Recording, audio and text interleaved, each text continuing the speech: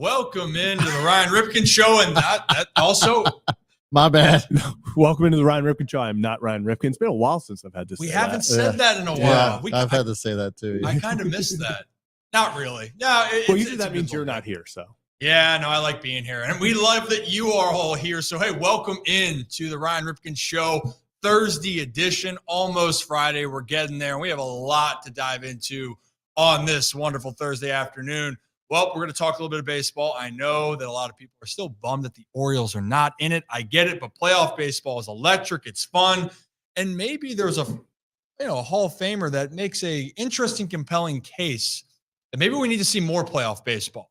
We'll talk about some of the rest of the series. Then we'll get into football here. And a lot has happened here, obviously, over the last, week. The big headliner, obviously, is the Commanders and Ravens on Sunday, 1 p.m. at M&T Bank Stadium. We're going to cover that from all different angles here. But before that, is it crazy to believe that there's some more trouble with the Jets, Jets? Ugh. Probably not. And we'll break it down, what it's been like for Jets fans for the last 14 years and what it could mean for Davante Adams. Apparently, there are some sleeper teams that are lurking in the shadows. So we got all that and more. No, by the way, call-ins, we're going to open it up around 4 p.m. And then Nick Moore is going to join us roughly at 4:30. So jam-packed. And you guys already saw Zach. Zach's here. And then behind the screen. Yeah, I'm just getting my earplug in. There we go. And then we got Brad. Brad, how we doing? I'm doing good. Just chilling.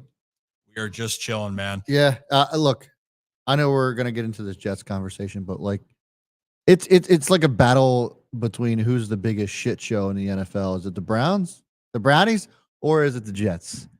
And then I think that's even a deeper conversation. It's always the teams you least expect, or maybe most expect. Yeah.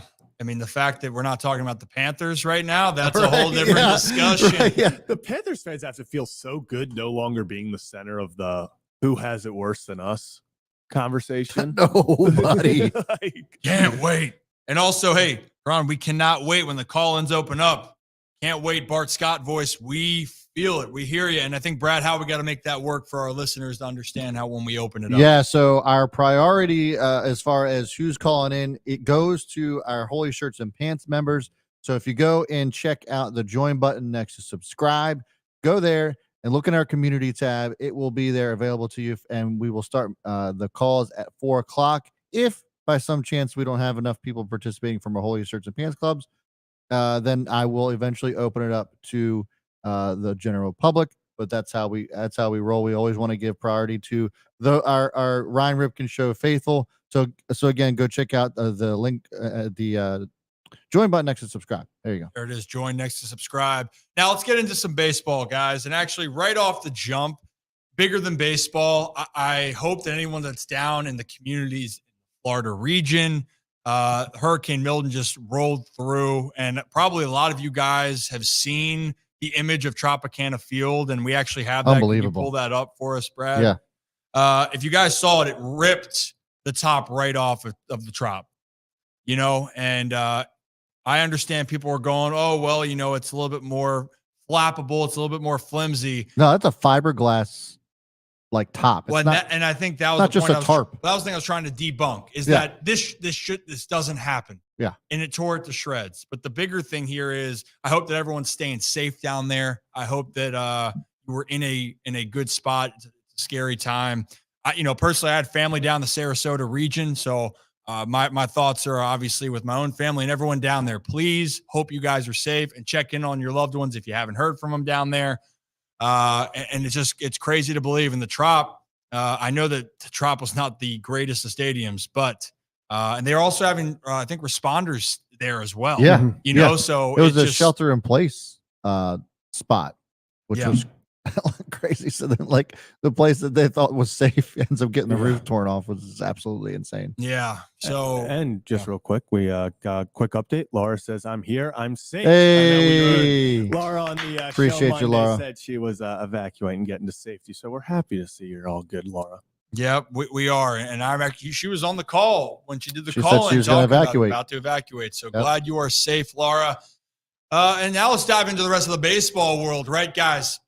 Show of hands. Have you guys enjoyed the playoffs? Oh, I mean, okay, take out your fandom. Like, wait. I was like, the whole playoffs, without a doubt, a very specific series in said playoffs. Hated it. But yeah. as a baseball fan, this is one of the best playoff years we've had in recent memory. I mean, talk about some insane moments. Have we ever seen through the first? I'm even going to take this back to, I'm going to include the Braves and Mets first, the doubleheader, the Francisco Lindor home run there. Have we ever seen this many insane playoff moments in just the first 2 rounds? We haven't even gotten to the CSs. We haven't even finished the DSs, the divisional round. And we're talking generational type moments that have happened day after day. It's really been some unbelievable series. You have the first off, the play-in. It was a play-in game for the Braves and Mets. Obviously, they both get in, but Lindor's heroics. He does it again. How about Pete Alonso in the wild card round against the Brewers? They're down a run. It's a new hero every night. Every night, truly. And then you're looking at the Tigers that go into Houston, end their reign. And by the way, that was a tie game in the 8th inning when they played Houston. And Josh Hader's on the mound, 2 strikes, and the Tigers came through. And Schoolball is the best pitcher in the entire MLB. Scooble is dealing. And now the Tigers are 1 win away from going to the championship series. Yeah. Right. A team that sold at the deadline. The Mets, who were 11 under 500 in June, are in the LCS. The most mind-blowing story is by far the Tigers story. Yeah. They were literally like, fuck it, on the next year. And then all of a sudden they're like in the playoffs. It was literally with the worst team. It makes you wonder what they would be like if they hadn't sold. It's literally like that meme, that picture that says task failed successfully. Like that's their deadline. Like they sold and it just came back. So they're like, I guess they should have bought. But I want to say the story that isn't getting talked about enough in regards to the Mets is their insane power to just rally around the dumbest stuff right now. Like you had the grimace. Yeah. Then they had they somehow got talked to a girl, was supporting them. And now I don't know if you saw, but Pete Alonso, apparently a few days ago, they got this quote unquote postseason rally pumpkin. And they're just making that their thing now. I've never seen a team just be able to create so many rally things, and it's fueling them. They know how to pivot. Like they are my pick to win it all right now, solely off vibes of why not them? Why not them? I got Padres. Well, and that's another case. That's a whole other story. Yeah. And the Dodgers, I got to say, shout out to the Dodgers last night going, hey, we're not going to throw a starter out there. We're going to go full bullpen game and see what happens. And then their bats just lit up Cease. They rolled. Which is crazy. And they lit them up in game 1, too. Yeah. They lit them up in game 1, 2. But back-to-back, they get Cease. That's what I'm saying. But now the Padres and Dodgers for the marbles there going back to L.A. And obviously the Padres are a team that's playing with a lot of confidence. Both teams don't really like each other that much. Certainly the Padres don't like Ken Rosenthal. We'll get into that in a little bit. But it just seems like, guys, the narrative is people love playoff baseball. Yeah. People freaking love it. Also, just a quick side note. It's been tough for us Orioles fans going, one and done 2 years in a row. But how about the Phillies where you get to the World Series, you lose to the Astros, then you get to the NLCS and you blow it there. And then now you can only get to the DS and you blow it there. It's like they've been getting progressively worse every year. Well, it's interesting, so this is why I get so caught up on perspective here. And this is why postseason baseball is so fun and so unpredictable. If you're the best team during the regular season or one of the best teams, shit don't matter. It doesn't matter. No. Because you're just seeing 2 teams now on the brink that were counted out. And when you look at their rosters, it's nothing that scares you about the Tigers and the Mets. But when you watch them play, you see 2 teams that are scary because of how confident that they're playing. But the Phillies, they got more talent. The Dodgers, they got more talent. And now the Yankees, that was a scrappy game last night with the Royals. And Sten, you know what? He might not be able to run. And I told you, the unthinkable happens in the playoffs. Stan stole his first base. What the fuck was that? Since 2020. That's like David Ortiz stealing a base. And he also had 1 stolen base that month. He has 2 stolen bases since 2018. Oh, it's just like a robot running out there. Yeah. I mean, running is he is moving his body as fast as he can. This has got to be his last year, right? No, not the way he's. That's the thing is like his body, like even when he sucks, like he goes through those moments where there's like he could have a paddle, a tennis racket. He's not going to hit it at any moment just with how powerful he is. He's a threat to go yard any single day. Yeah. Like any at bat, you make one mistake, it doesn't matter if he's 0 for his last 200. He'll put a ball 530 feet. Oh, and you know what? Stanton actually in the postseason is pretty clutch. Like very. Really is clutch. And as far as home runs per at bat, he's up there as one of the best. Aaron Judge, on the other hand, is one of the worst. Yeah. And this is the part of playoff baseball that we're talking about, the unpredictability you don't know. But I think what we do know is fans love the atmospheres. Fans love what it brings. But baseball's actual format is different than the other 4 major sports. Hockey and basketball. Sorry, football and baseball are the 2 different ones, but the ones that are similar is hockey and basketball. They're saying, hey, we're going to make them 7-game series. And we actually, Brad, we talked to Trevor Hoffman, Hall of Famer from the San Diego Padres back in the summertime. We saved this for now because I think it's really relevant. And the conversation was, should the MLB consider expanding the playoffs? So let me pull up that video for you guys and let you guys be the determining factor here as we have this discussion. If I can, there it is. Whammy.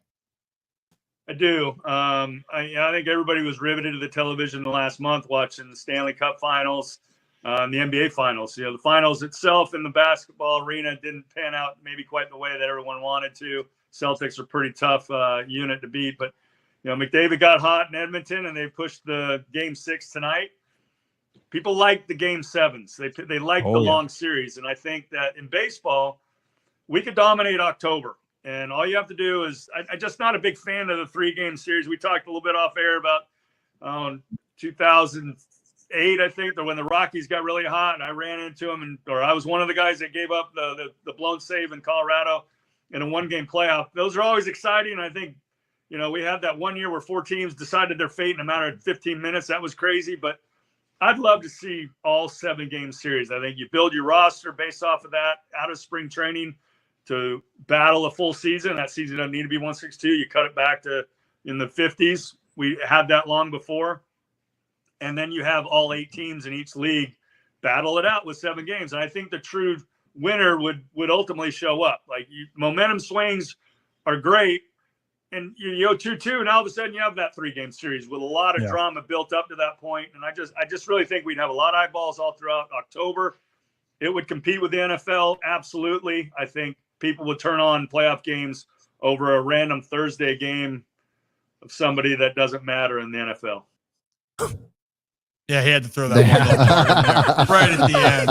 A little zinger. I'm trying to get that off the screen. There it is. But it's an interesting conversation. The one part is if you expand it, you're letting in some other quote-unquote mediocre teams or teams that maybe shouldn't be in. Yeah. But the thing would be is the team that has more depth and more talent can line up to win a 7-game series. And we had Jason Worth on as well. He always felt the Nationals, they had the best team, but when there was a shorter series and a team was coming in hot, you know, anything happens in a best of 3, best of 5 situation. Yep. And so I don't know. I kind of would. I'd be fine with divisional series, championship series, World Series 7-7-7. Yes. And let the wild card stay as a 3-game. And I think 5 would. I think 5 for a wild card series, because 3 games is just not enough. You're basically just playing another regular season series. Yeah. To me, it doesn't like Hoffman was saying, like it doesn't build any sort of anticipation. It's just like, well, you're down, you go 0-2, or even you go 1-1, and then it's like the series is over. It doesn't really have any sort of build up to it. So it would be cool if there was like a 5-game wild card and then 7-7-7. Well, I'd be fine with that. And then also, look, we're seeing it again this year. The bye's got to go. There's too much time that goes between, you know, the best teams in baseball that now are out of rhythm, out of sync. And we see this with the All-Star breaks too, how they take a little bit to kind of readjust after being off. Even though it seems like it's not a lot of time, 4 or 5 days, it's an eternity when you're used to playing every other day or every day throughout the course of a baseball season. So I think, in my opinion, the buys just have to go. They don't make any sense, and then it ruins the playoffs, in my opinion, because you're not seeing the best teams really actually at their best. So I wonder then if we flip it then, Zach, what if we say, hey, and this isn't going to happen either, but then you eliminate some playoff spots and say, hey, the regular season matters. You got to get in. The best teams get into the playoffs, because now what we're looking at, an 84-win Diamondbacks team went to the World Series. Texas Rangers, as the second wild card, went in and won the World Series last year. The Tigers, who were the last wild card spot at the moment, are on the verge of going to the championship series. Now, they were great down the stretch. It's a great story. But they were not good for the first 2 or 3 months of the season. So I don't know, Zach. It's not going to happen here, but it's more so of, I don't know. I think that is a conversation that people are wondering about the product of the play. But the product of the playoffs has been great. Yeah. It's entertaining. So that's the part where I think people juggle. So I'm going to play kind of devil's advocate here. Of course you are. In the fact that I love chaos. I absolutely love chaos, especially playoff chaos. And the 3-game series in the wild card is chaos. The 5-game series in the DS is chaos. I agree. If we want the best teams, if they want to have the best teams to avoid last year, let's just be honest. Nobody was really, if you looked at the beginning of last year's playoffs, saying the matchup I want is the Diamondbacks and the Rangers. And that reflected in the ratings. Nobody watched it. And so that's bad for baseball. No, and I get that. So I'm saying if you want the best teams to play, make them 7, because you're going to get more times than not the best teams. But if you want to see this chaos, if you want to see suddenly we're looking up and it's the Diamondbacks of all teams, I'll even say this, it's not foolproof that if you go 7 games that you're going to get the best teams, because the Phillies were the hottest team on the face of the earth last year in the postseason. They looked like, and it was reflected in the first 3 games of the NLCS. It looked like they were going to wipe the floor with the Diamondbacks. It was like, well, Diamondbacks got to go win 2 in Philly. That's not happening. Game over. We'll see Philly in the World Series. Diamondbacks still found a way. So obviously baseball is baseball. There's chaos within the game either way. So you're going to get upsets.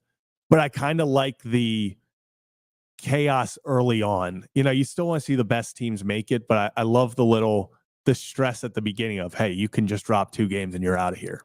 The stress is what makes the postseason so damn fun. The big moments are what make it so damn fun. I just think in some cases, this is the argument that if for other sports where you play a lot of games, like the NBA, like the NHL and baseball, would you then consider adding more playoff games? Because I'll tell you what, the other part of looking at it from a business standpoint, more people will go to a postseason game than to a final game in the last week or 2 of the regular season. Yeah. They would pay to go. And if you're talking about making more money, that's how it is. I'm not saying that's what I want, but business-wise, kind of makes sense. Look, it's a March Madness effect, right? Like the more teams that you have playing in a bracket-style playoff, the more people are going to go crazy when like a low-seeded team starts making that Cinderella push. And I see that Ellie here says that, I prefer the old format of not many teams making it. And you take out a lot of the excitement. It's like from a business standpoint, if you're Major League Baseball, you want eyeballs on your product as long as possible.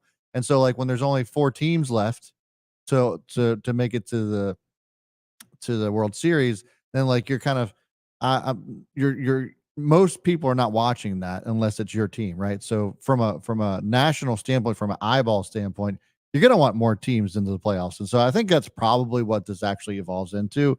But I think the formatting does need to be tweaked just a little bit. The bye is just way too long. Yeah. We're seeing the bye teams still suffer in the playoffs. Oh, yeah. Ever since they've done it, I think only like 2 teams have advanced that have had a bye or something. I don't know if any of them have made it to the World Series. No, Houston's the only one that's cracked that code. And Houston's Houston. And then they just had their streak ended here. So it's interesting, a lot to understand. And it would have a lot more coverage for baseball, too, if you do that. More playoff teams, more coverage. Speaking of coverage, though, guess who doesn't want to get covered by a certain reporter? San Diego Padres. You guys see the story with Ken Rosenthal. And this is what I tell you guys, and you guys know this, and for the audience out there, players, teams listen to what is being said and what is being written. They can say we block out all the outside noise. I'm going to tell you, some might, in the other sense, it's just a whole lot of bull. They know who's talking about them. Yes. So Ken Rosenthal wrote an article on The Athletic, I believe, going at there was specific players. No. Fernando Tatis, Manny Machado, Profar, and apparently then the Padres, for the in-game usage for Ken Rosenthal for Fox, wasn't allowed to go into the Padres dugout for in-game interviews. And then Fernando Tatis Jr. will take it a step further, hits the big home run, and on his Instagram story puts a picture, which this was the quote by Ken Rosenthal, by the way.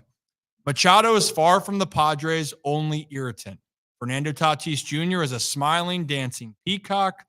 Jerickson Profar is the kid who pulls the fire alarm at school and then asks, who, me? But so Fernando Tatis, you heard the dancing peacock part. Tatis went big ball. His Instagram story is an emoji of a peacock and someone dancing. So you don't think that they realize it? I just thought he went too far. I didn't think that was necessary. But we're curious about your comments. Was it justified or not? And also, if you're going to say comments, I know the MLB has regulations on what you can.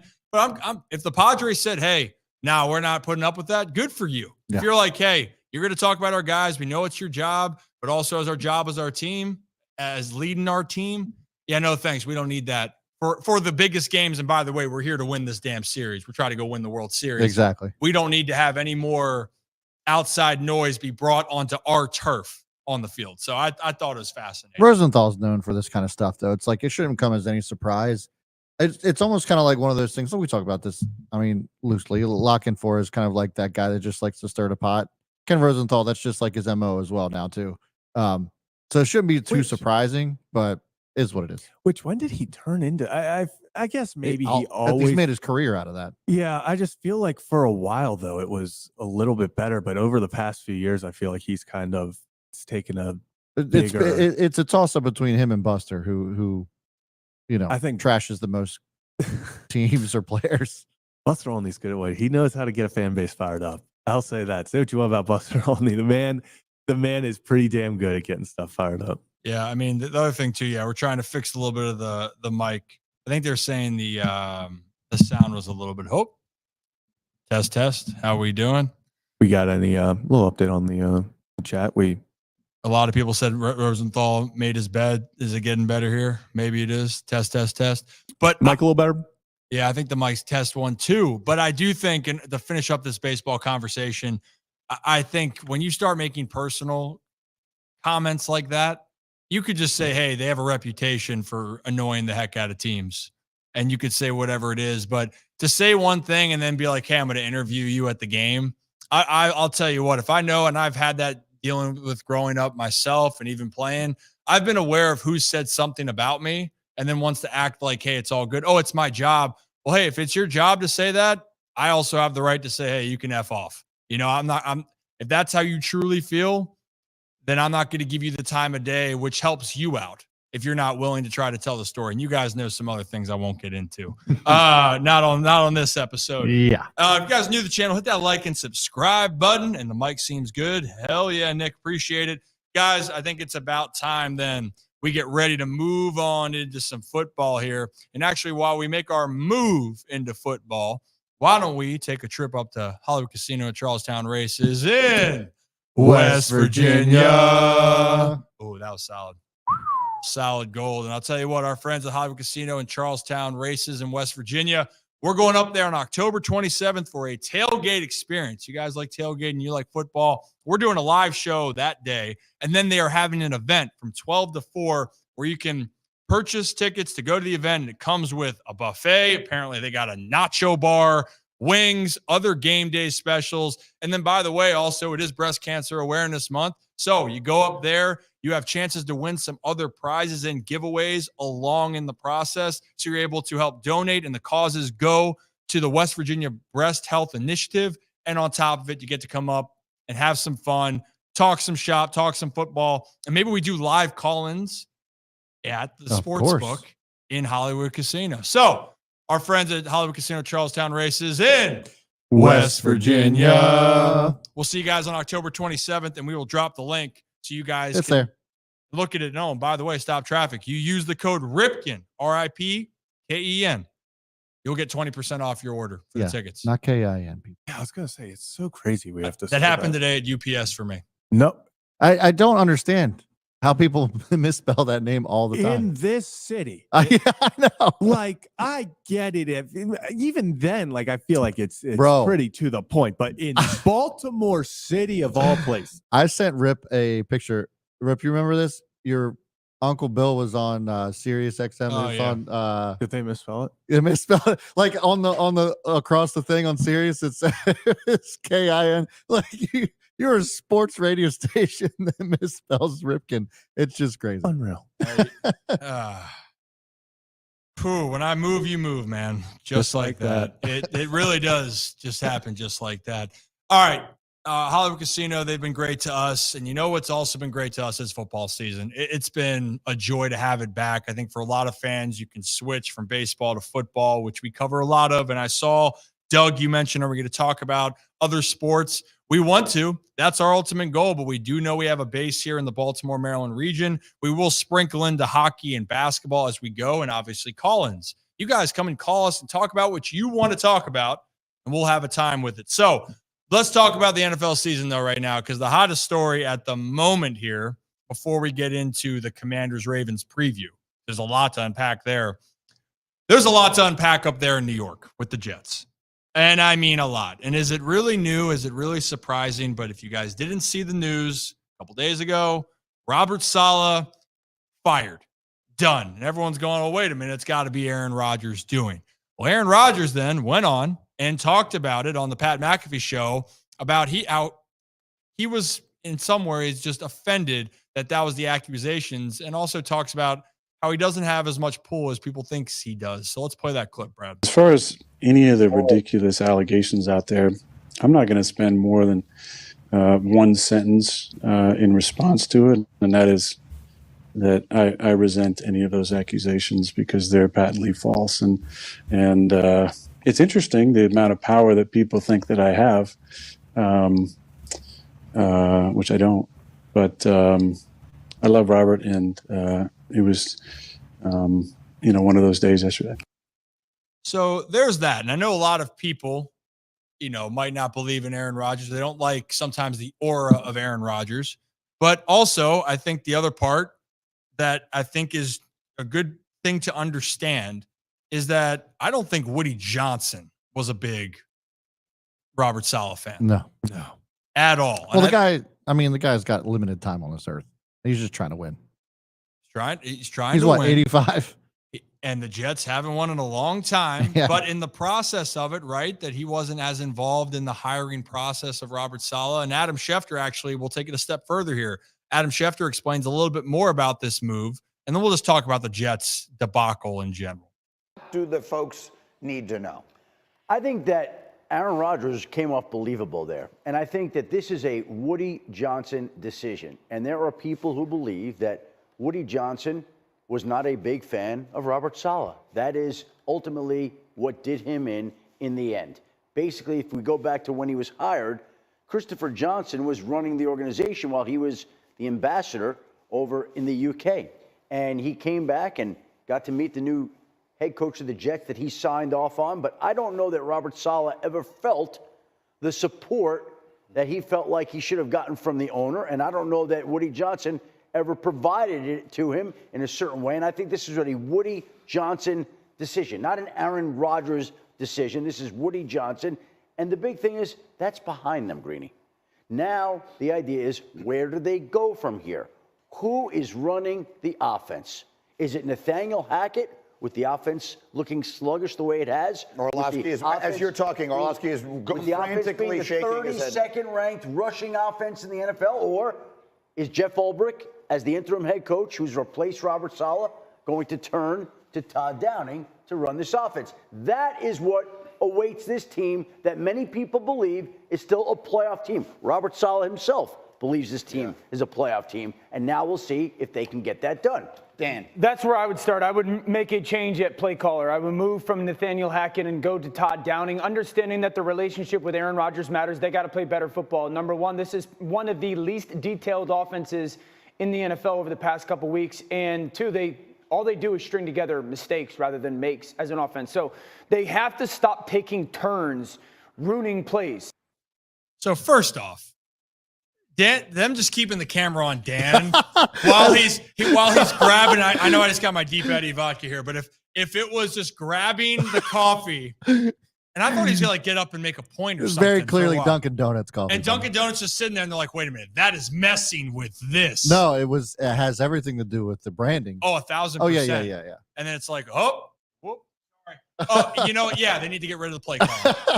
You know, that whole bit was about as dysfunctional as the Jets right now. Yep. So, and that's a good way to describe it, right? So here's the thing: they just mentioned that who's calling the plays, Hackett or Downing. Well, it was described today that Todd Downing is now calling the plays, but Hackett is still the offensive coordinator. Yeah.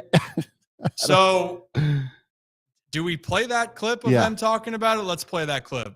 Bolberg talking about it. Time to think about it, and did not make this decision easily by any means. I'm going to make Todd Downing the play caller for the New York Jets going forward. And this is more a byproduct of a different take on things. I'm not saying it's a better or worse take on things by any means, but just a different take on things, a fresh approach. So ultimately, Todd will have the full say on the game plan and ultimately the plays that are called within the game. Okay. So a lot to kind of dive into here. So Hackett is a Rodgers guy, right? I think that move was brought in because Hackett was in Green Bay. Rodgers and Hackett have a great relationship. So there's that. But there's just so much going on right now. And Zach, maybe you can pull up the stats that the Jets offense is currently at the moment. It's not very good. I know what teams are below them. You can look up the exact stat. So I was looking at their total team offense. They have to change something. Mm-hmm. Their offense is only better on a per yard standpoint per game than the Chargers, the Titans, the Patriots, and the top echelon Cleveland Browns. I can't say that seriously. The Broncos. They're ahead of the Broncos. I said the Broncos, didn't I? No, you start with Chargers. Okay. Well, okay. My bad. So a lot of these prolific offenses, but they're behind teams like the Bears, the Panthers, the Raiders, the Steelers. So you guys get where I'm going with this. I just feel like it's constant disarray for the New York Jets. I feel bad for their fans. I really do. But you know the crazier thing in all this? Seems like the world's ending. If the Jets win on Monday night, they're in first place. Yeah. That's the Bills still have a chance to not make the playoffs this year. And the Jets could actually win the division. That's the mind-blowing part. And that is wild, by the way. Just looking at stats as Zach was pulling them up. The ground game has struggled quite a bit with only 402 rushing yards total in the last 5 weeks, ranking last in the NFL. We just got to talk about how Derrick Henry ran 400 yards in 2 weeks. Yep. And the entire rushing offense, not just one guy, the entire rushing offense, 402 yards. That's good. It's really good. Zach, you got any other stats over there? No, I was actually going to bring up the rushing just because you thought that, Rodgers being back, that's going to take so much pressure off Breece Hall. They went out there. They got Simpson. They got Morgan Moses, who's obviously dealing with some injuries.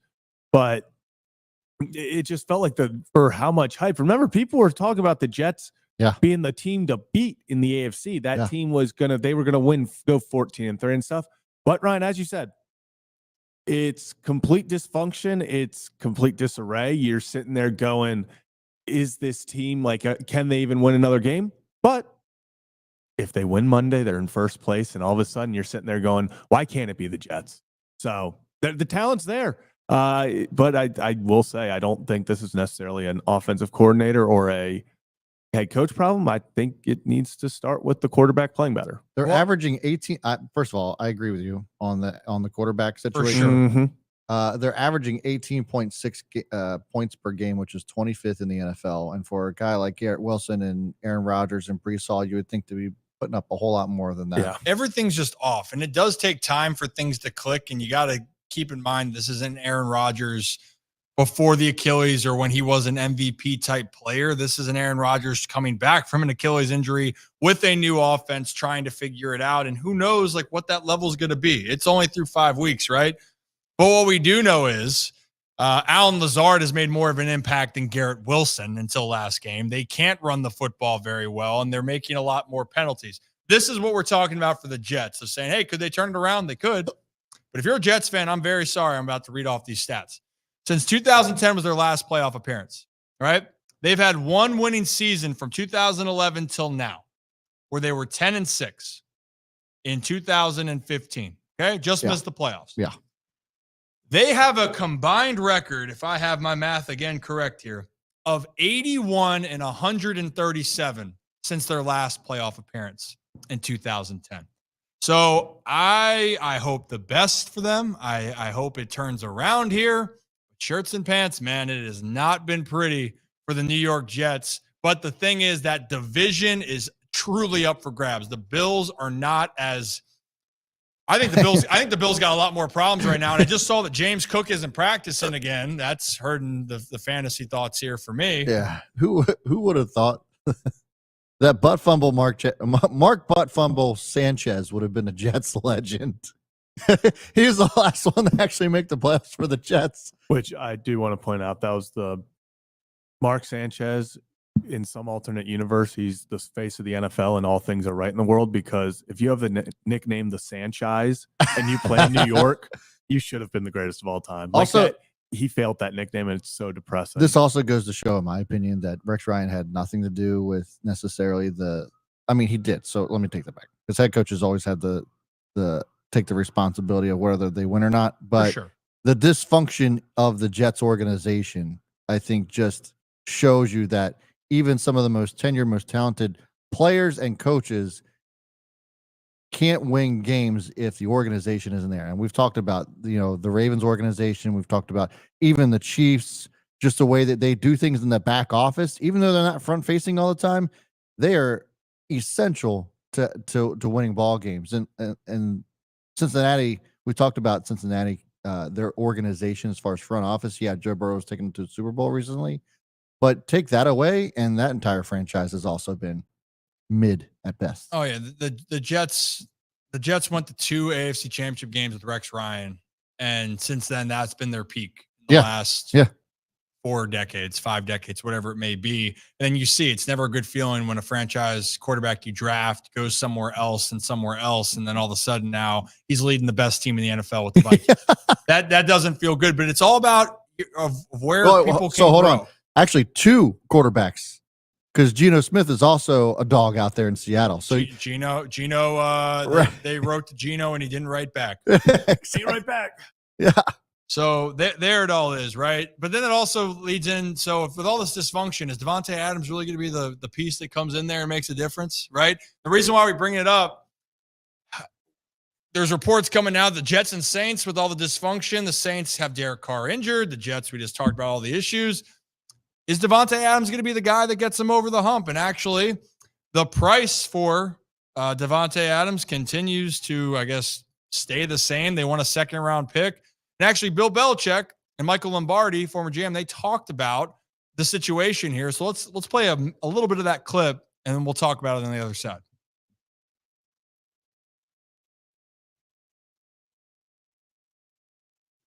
Wants to get traded. That's going to be a big story. And I have a feeling that, as we tape this, by the end of this week, he probably will get traded. Not for a second-round pick, which supposedly is what they're asking for. That's ridiculous. I don't see how anybody's going to give a second-round pick for him. You'd have to feel like this guy is going to, Adams is going to take us to the promised land, and he's going to get us over the hump this year because he's also got a big salary. To me, the hard part is that you've taken away all my leverage. right? He's now, his contract's huge. He's making, now it was $950 come off. So say he's around $12 million. I want to get away from the contract. The next team that wants him doesn't want the contract next year. So I think you're going to have to trade him for a conditional pick that could grow based on his productivity. But you're going to have to get more than one suitor in this. Right now, the Jets are sitting there thinking they're the only team. New Orleans doesn't have enough cap room. And unless you take some of the contract. Unless you take some. Would you do that? I'd have a hard time doing that. I mean, I know I got to get rid of them, but I think if I got the draft, but then the draft pick's got to go up. That's right. If you're going to give me a good pay, then the higher the pick. That's right. I'm not for a 6th-round pick. I'm not paying the salary here. Let's forget about that. But you want to give me a 2? I got no problem paying. I mean, we've seen that before. I know the league says you're not allowed to pay for picks, but this is paying for picks, right? Right. So that's exactly what it is. We're working it a different way, but the draft picks have a value to them. So you eat part of the contract, you're basically buying the pick. I think again, you hit it on the head. One of the things that's hard about trades is everyone's like, oh, just trade a player. But you said it, Mike. You have to have somebody willing to work with, and that's not as easy, I think, as everybody thinks. Well, Springsteen has this great line. He says, "Sometimes I can't tell my courage from my desperation," and I think that that when they've announced that they're going to trade him, they're desperate. Like, this is the courageous move was to trade Davante Adams in the offseason. You would have taken a lot of shit, and people would have said, oh, my God, what are you doing? How could you trade this guy? He's so great. But that would have been courageous. Now you're desperate. And when you're other teams, other teams are circling in the water like sharks. You got to trade him. He's unhappy. And his agent's probably calling every team in the league saying, you can have my guy if you want him, but this is what it's going to take. So it becomes, now you're negotiating against his agent, and you're negotiating with these other teams. And meanwhile, you're going to have to go walk in and tell Mark Davis, we're going to have to pay $10 million of this guy's salary for him to play for some other team, and then he's going to watch the highlights and say, why did we trade him? Yeah, it's a tough situation. That's why if you see that storm coming and it's brewing, it's a lot better to do it earlier rather than later. So right there, he says it's always want to be ahead of it. And it just felt like the Raiders probably should have done this in the offseason. When they traded his best friend away, by the way, Derek Carr, to the Saints, who he went to Vegas to play with. When you benched him last year, then he played. There's a lot of turmoil there with the Raiders. I like Antonio Pierce. He's trying to change the culture, but that's not a team right now that is trying to win right now. They don't have a franchise quarterback. I do think it's pretty funny, Zach. Yeah. About the 2nd-round pick. I wouldn't pay for a 2nd-round pick. Bill Belichick paid for a 2nd-round pick, if I'm not mistaken. You remember that player? So it is funny, and everyone on the internet was quick to remind Bill Belichick. Bill said, I don't know why anyone would give up a 2nd-round pick for Davante Adams. Well, unfortunately, Bill, when he was the GM/head coach of the New England Patriots in 2020, the New England Patriots sent a 2nd-round pick to the Atlanta Falcons for Mohamed Sanu. Not really Mohamed Sanu. Hell of a receiver. I mean, talking about one of the more underrated guys, caught everything. Also a hell of a quarterback on the trick plays, but not necessarily sure Mohamed Sanu is on a Davante Adams level. No. So maybe Bill, that was coming out of a little regret, maybe. Don't send a 2nd for a receiver. I was just about to say that, like, in Bill's defense, maybe this is one of those things where, like, hey, I've been there before and I'm not fucking doing that again. Yeah. Which it very well could be. Very, very well. And also when you're looking at, they tried to take a chance at Sanu at the time, which wasn't the youngest receiver, but a guy that could have been in his prime that maybe needed the right opportunity, but he was never a top dog. Like, Davante's been a top dog. Yeah. And he can help a team win. And so that was obviously this courtesy of Bill Belichick and Michael Lombardi on the Underdog, their show over there. And it is kind of crazy when you think about it. And then I just saw on Kay Adams' show on Up and Adams and Marcel Reese, former Raider, they're saying that Davante Adams, there could be a sleeper team in there that possibly could be Buffalo. So we won't jump to conclusions. It could be a while, but we've seen a lot of other wide receivers traded for 3rd-round picks, 4th-round picks, or later. It just doesn't make any sense. As great as Davante has been and some of these other receivers that were great at the time they were traded, I don't see it all being mixed in there. But certainly, I don't know if Davante is going to be the piece, though, going back to get it over the fact that the Jets said. Yeah, and my final thing I want to say about Davante, because I know Ravens fans are up in the air about the Ravens don't need Davante Adams. I don't see, one, with the cap situation, 2, with the age situation. You went out there and you got Derrick Henry to run the damn ball. Let's not take that away. I think they have enough weapons when you bring in the effect of likely Andrews Kolar. You got Flowers. You've got Bateman. I think with Derrick Henry and stuff, I'm not sure we need someone who is coming in here. Like we've seen Zay last game, over 100 yards. Game before, 1 reception for 10 yards. So my only rebuttal with this offense, I would prefer we don't have a guy that needs the ball. My only rebuttal to that is that the years that so Shannon Sharp, I could argue as a wide receiver 1 when the Ravens won the Super Bowl back in 2000.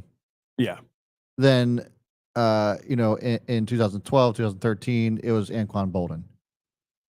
In order to get deep into the playoffs, I'm not saying it's a requirement, but it makes it a much easier journey to get to the Super Bowl when you have a wide receiver 1 at your disposal. Derrick Henry is an absolute dog, but we saw what happened when the Cincinnati Bengals took Derrick Henry away. Yeah. And yes, they were able to score a lot of points against a 30th ranked defense, but it wasn't going to be good enough. It won't be good enough against a top defense when they can take that running game away. Yeah. So they're going to need, I think they are going to, if they don't find a wide receiver 1, they're going to have to figure out the passing game a little bit better in order to actually go deeper into the playoffs. Because when you start to face those elite defenses and you take that run game away, especially if you're trying to come back from a lead, it's going to be really hard for the Ravens to do that if you don't have the passing game there. Yeah, well, I think the other part too is you just got to have a guy that fits that mold. Like we know the talent that Zay Flowers is. The guy that actually could, and if he continues his rise, would be Bateman.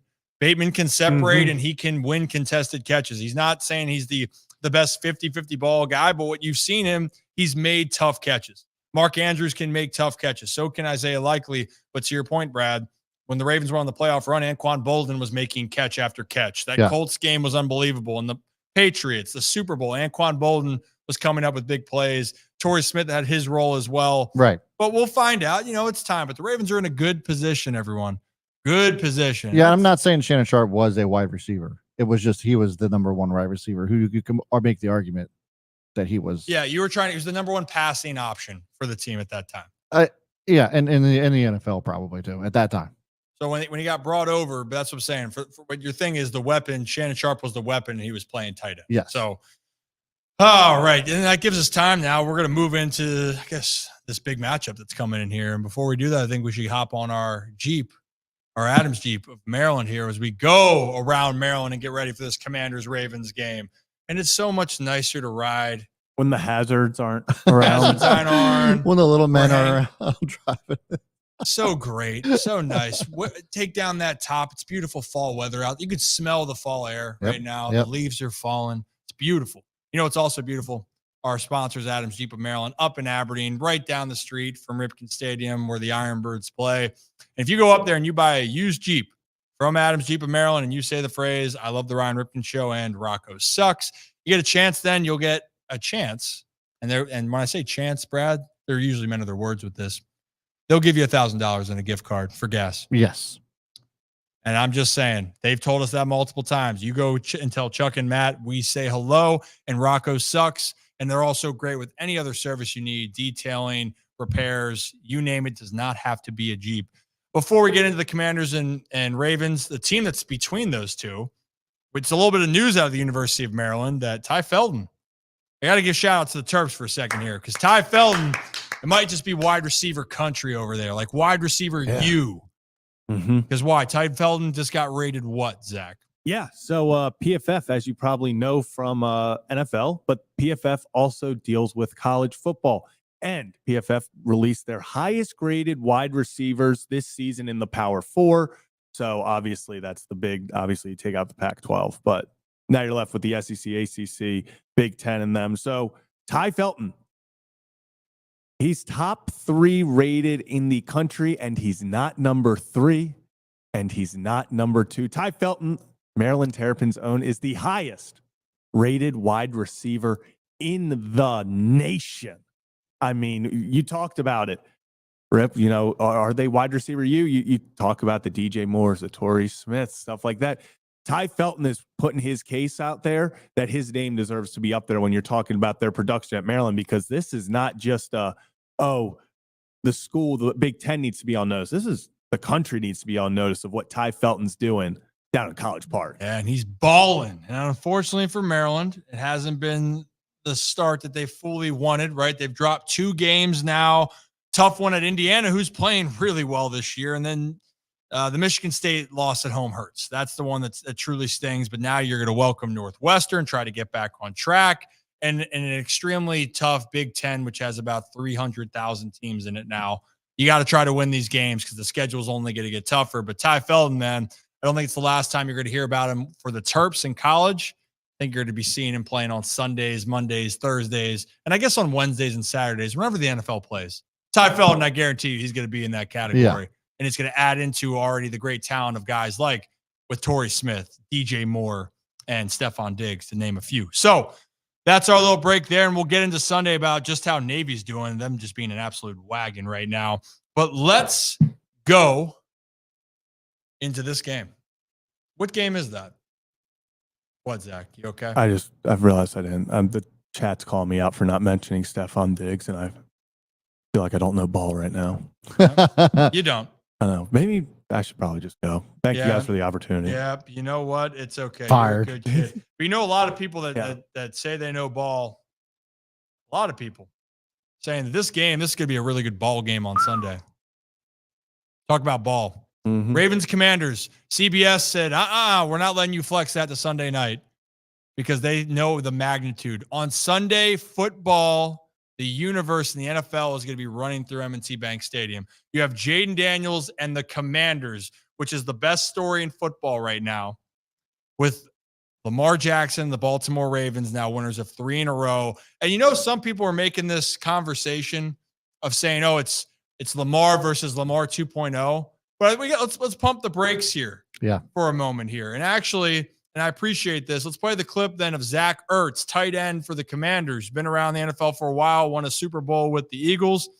He's even acknowledging, hey, you can't make any type of full comparison to Lamar Jackson. Let's hear his words about it. To compare anyone to Lamar. He's a 2-time MVP, one of the best players in the league for a very long time. And Jayden's, he just had his 5th game in the league. We got all the confidence in the world that he's going to be in that kind of in that conversation for a long time. But I think it's a disservice to both players, honestly. I think Lamar's, I can't speak highly enough of him, and I can't speak highly enough of Jayden as well. But it's still so early in his career, and it's about continued success in this league. And we got all the confidence in the world that Jayden's going to be that guy for a long time. But we also don't need him to feel like he's got to go out there and outdo Lamar. He's just got to go out there and be the best version of himself, and that goes for the same for all of us. Knowing that. So that was Zach Ertz talking about it, right? The respect. So you just heard the opponent. Let's go back to the other side now, Brad. And I meant to do this before, but let's go back to Kyle Van Noy talking about his teammate, who's been in the league forever as well as Zach Ertz, talking about the process and the evolution of Lamar Jackson. Of what he's put in, the work that he's put in from the time that I've gotten here has been nothing but awesome. I've heard things in the past, but I can only talk about what I've watched, and what I have watched is somebody that has really matured in every angle and every aspect of football, whether it's spiritually, mentally, and physically. Like physically, his body is in great shape. He's throwing the ball really well, accurately. He's running the rock. He's breaking tackles, stiff arming, juking people, doing what he's always done, but it's still at a very, very high level. And then lastly, I think spiritually, just that mindset and competitiveness is on a different level right now. He knows what he wants, and he's going to do whatever and anything to get it. He doesn't care if you're with him or without you. He's like, I don't care if you're in my way. Even, like a play like he had where he had a QB run in the game, and Ronnie Stanley, we talked about it a little bit. I made fun of him where, Ronnie's coming around trying to read it, and he's like, nah, get out of my way and keep going. And then ended up getting the first down and then barking at Ronnie, and Ronnie's like, nah, so, we made fun of him on the plane for it. But it's just that spiritual competitiveness right now that he's got is on a different level. So right there, and that was courtesy of the McCoy and Van Noy show, their podcast that they run. That's Gerald McCoy, veteran, NFL veteran, played on those defenses for the Bucs for a while, and I believe the Panthers, if I'm not mistaken. But the point being the words, and this took a while to hear, for people to kind of change their tune with Lamar, not his teammates. His teammates know, but I thought that was a perfect representation of understanding the growth that comes with playing in the NFL, the growth that comes with the expectations of being not just one of the best players in the NFL, a face of a franchise, and honestly then a movement of what quarterback play can be. And Lamar Jackson has taken that extremely well. He's elevated his game. I think everyone in Baltimore knows that. They understand that. But I think the bigger part why I wanted to show that is that's a lot of expectations for the guy across the field on Sunday, Jayden Daniels. Yeah. Where a lot of people keep saying, oh, he is Lamar. And I don't think that is fair to say. I know we've made comparisons to say he's the closest thing to Lamar because he probably is the closest thing. But what I love is his answer. Jayden Daniels gives an answer about the comparisons. And I want you guys to hear it because I think it's just a great life lesson and also shows you his mindset going into this one. It's kind of just, go out there and it's trying to be unique and trying to be not really different from everybody. Appreciate what they could do because you always learn stuff from other quarterbacks within the league. I'm not closed-minded. I always want to be able to grow, but at the end of the day, I want to be known as Jayden Daniels and not the next such and such. So right there, he wants to be known as Jayden Daniels, not the next such and such. And I think that's honestly what's separating him, fellas. That he's a dude that's like, hey, I'm going to go into work. The reports, he gets in there first. He's already gone through his workouts. He's going through his film, and all of a sudden, whammy, he's ready to attack the day. And you know how you know it's working? The Commanders believe they can beat anybody with him at the helm. And after 5 games, they're saying that. They were saying that after they beat the Bengals. They truly believe that Jayden Daniels is going to be the guy that can take them back to a place they haven't been to in decades. And that's to win the division, go to a Super Bowl, win a Super Bowl. So I'm excited, guys. Is there anything specifically that you guys are excited about with this matchup between Jayden and Lamar? Again, the defenses, it's different. It's Jayden's, the Commanders' offense versus the Ravens' defense, obviously, and then Lamar Jackson. But I'll start with you, Brad. Is there anything that's sticking out to your mind of what you're looking forward to on Sunday? I think it's more, look, I've been a huge fan of Jayden Daniels from the beginning, but we're starting to get into that point of where we, the same thing, and when I say we, I mean just the media in general, kind of having the same type of hype train that everybody had for Caleb Williams. And that like he was just going to come in and light the world on fire. And now it's getting to the point to where there's been some pretty outrageous comparisons to Jayden Daniels in his first 5 games to some really elite players that have actually proven themselves. And even if we look at the last 5 weeks, right? Jayden Daniels is thrown for 4 touchdowns and 2 interceptions. And that's not something that's like screaming out MVP to me. Yeah, the Commanders are 4-1, but it hasn't all been Jayden Daniels. I think the coaching deserves a lot of credit. Their defense is good, but Lamar Jackson is 9 touchdowns, 10 total. He's thrown for 1,200 yards, over 1,200 yards, which is still more than Jayden Daniels as well. I just the comparisons to these two players right now, if you're going to say that Jayden Daniels is going to make an MVP type run, I don't know if that necessarily is something that I could even agree with, not even from just comparing him to Lamar Jackson, but other quarterbacks in the league are outperforming Jayden Daniels as well. Oh, so you say MVP.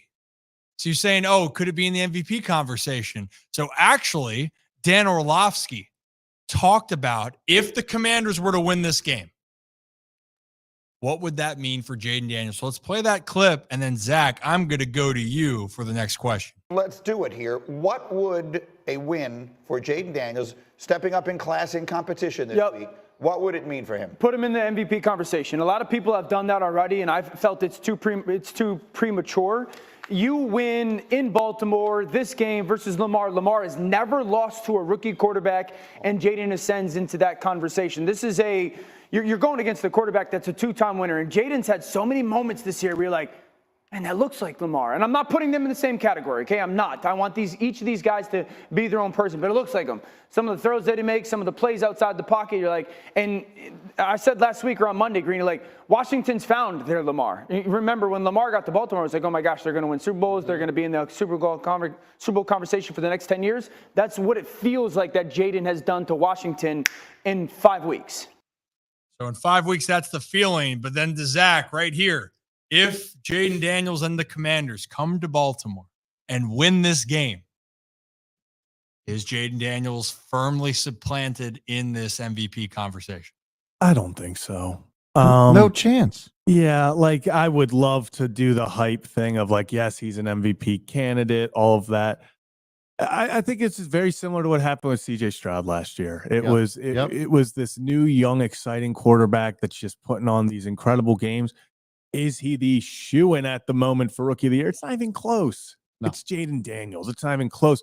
But when we're talking MVP, I think it's a little bit different. I still think guys like, hell, just because I don't think the Bengals season's dead yet, I still think a Burrow type is above Jayden Daniels. Yeah. Stroud is above Jayden Daniels. Yeah. It's just, I think they're just other guys. I don't see them handing it to a rookie.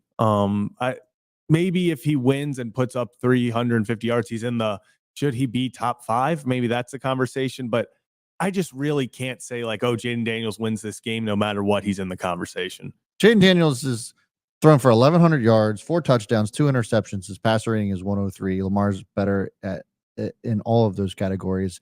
And Lamar isn't the only one. CJ Stroud's better than that. Josh Allen's better than that. There's no way that Jayden Daniels, in my opinion, this year, unless he somehow goes crazy, is anywhere near the running for MVP. So I will not say that he would be in a favorite to win the MVP, but if they win this game and they keep winning games, how can he not be in an MVP conversation? Winning an MVP and being in a conversation to me are two different things. Yeah. I think if he wins this game and the Commanders offense then has to continue to play well, like they can't just beat Baltimore and then fall off. But the Commanders offense, so we're looking at total numbers for this Commanders offense because scoring wise, this Commanders offense is up there in scoring, right? If we're looking up all the stats, 31 points a game. Mm-hmm.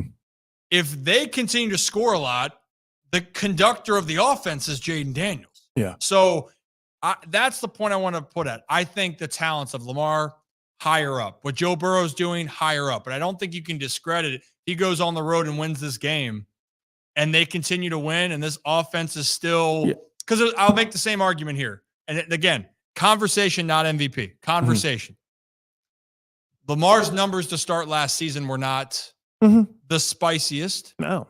But the team was winning games. Everyone's like, well, why is he so high up? It's the impact. Patrick Mahomes is the, I think, leading candidate right now for MVP. So it's not off of his play. Hell no.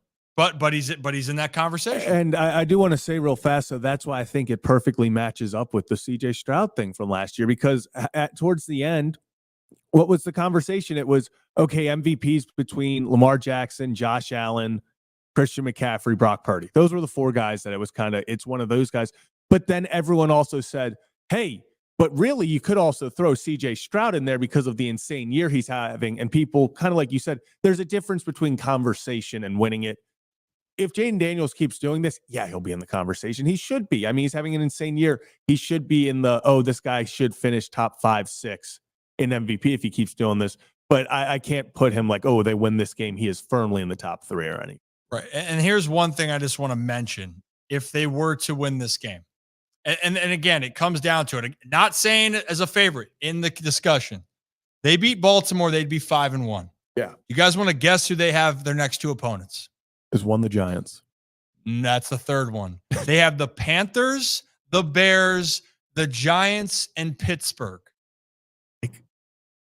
So there's a chance here that the Commanders could get on a little bit of a run. It's the NFL. Anything can happen here. But I like them against the Panthers. I think that they could go up and beat the Bears. The Bears defense is legit. Yeah. We're going to find out a lot. But I guess my point being is he goes to Baltimore and wins this game.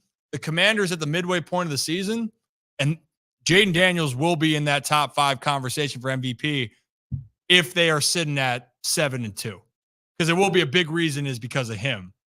Without him, this team is what, last in the NFC? No, East? no, I don't think so. The Commanders' rushing attack is also good. Robinson scored. But 5 so touchdowns. why is the running game so good?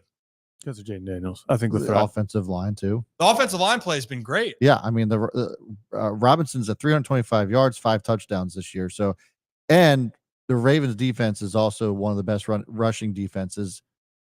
We'll take out the passing defense because it's one of the worst, but they're one of the best rushing defense. So that rush attack sets up the play action, which sets up Jayden Daniels to throw the ball to Terry McLaurin. So if they stop their running game, which Ravens have done a really good job at this year, I think Jayden Daniels is going to have a hellish type of day.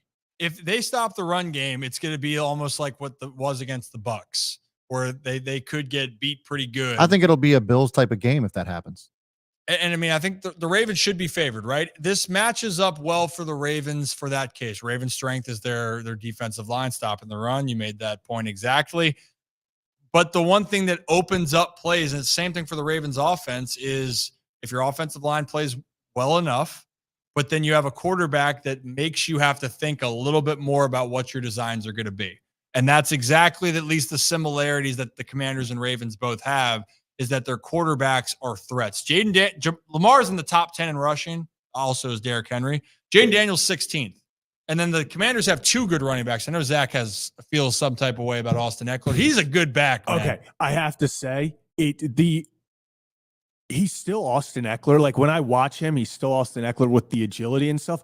It's still there though. When he gets in the open field, I'm like, put it in the next level. And he just doesn't. Like I don't think he no longer has that burst of his prime. But if you want to talk about elusiveness, what he's doing in the open field, people still ain't tackling him. Just he's got to find a way to unhook the trailer.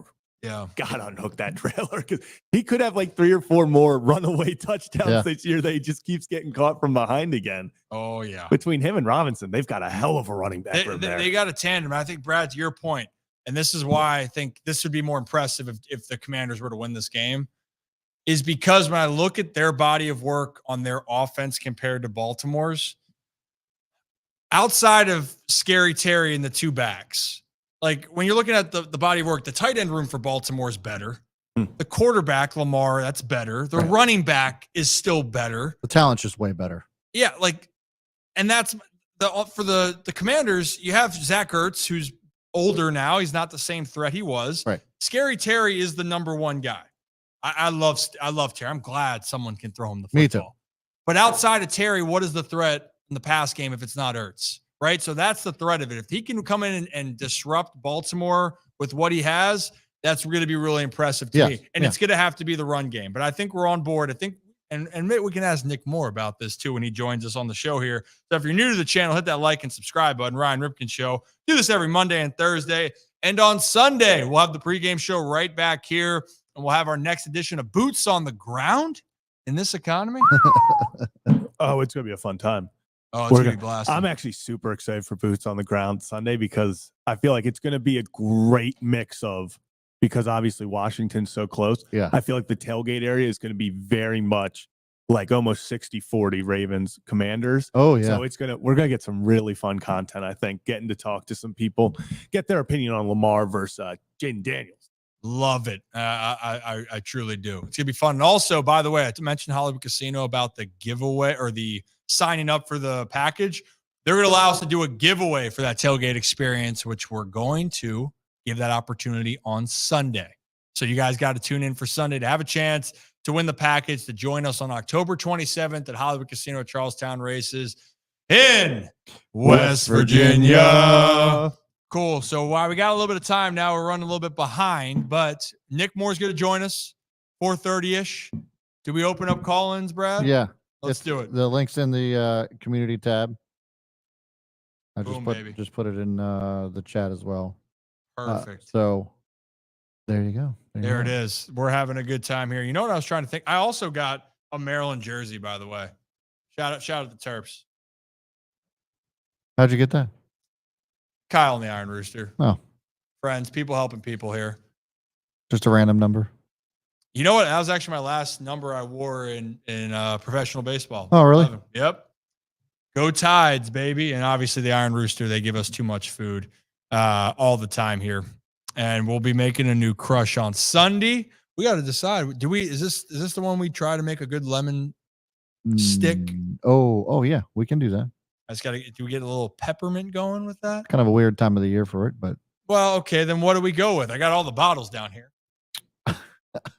We haven't done grapefruit yet. We haven't done grapefruit. We haven't done the the peach.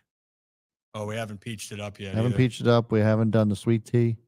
Well, we did do a mixture. We did the blueberry lemon. We did do that. That was electric. That was fun. We also, I got to figure out, we got a few things that we got to put together here as we get ready for Tailgate Sunday. I love Sundays, man. It is so damn fun to get us ready. Is he making it 3 for 3?